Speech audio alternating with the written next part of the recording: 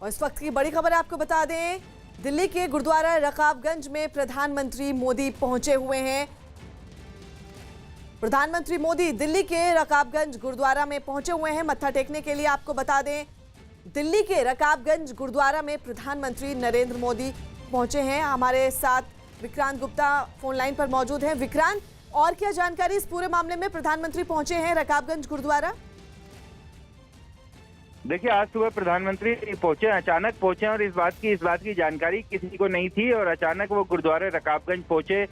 गुरु तेग बहादुर को अपनी के सामने नमन किया, प्रार्थना की और अचानक से ये प्रधानमंत्री का कार्यक्रम पहुंचा, अचानक बना।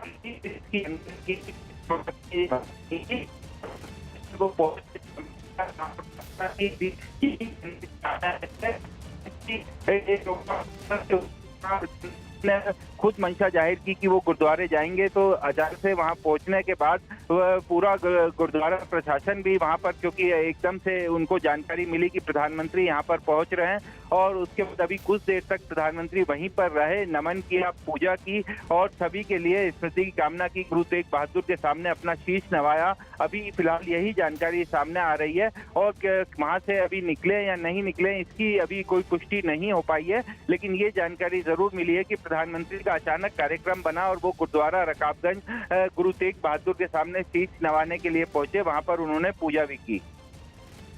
विक्रांत, जिस तरह से लगातार किसान आंदोलन कर रहे हैं और ऐसे में प्रधानमंत्री मोदी का गुरुद्वारे पहुंचना, तो कैसे देखा जाए इन दोनों तस्वीरों को? देखिए, बिल्कुल बड़ा संबंध है, क्योंकि प्रधानमंत्री नरेंद्र मोदी ने के कार्यकाल में किस तरीके से अन्नदाताओं के लिए कदम उठाए गए हैं, किस तरीके से किसानों और खेती को लेकर के कदम उठाए गए हैं, उन सब के बारे में भी सरकार ने अभी कुछ दिन पहले एक पुस्तिका जारी की थी जिसमें सारे कदमों की जानकारी दी थी।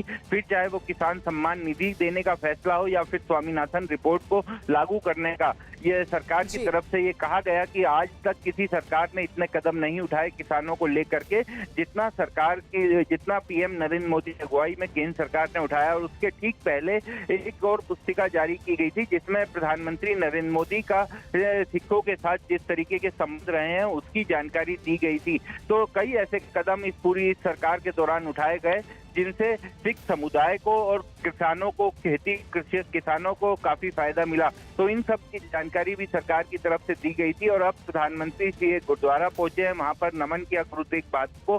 तो निश्चित तौर पर पहले भी प्रधानमंत्री इस तरीके का कार्यक्रम में जाते रहे हैं, अचानक से पहुंचे हैं और आज भी जिस तरह से वो पहुंचे हैं उसका एक बड़ा संदेश तो बिल्कुल जाएगा ही।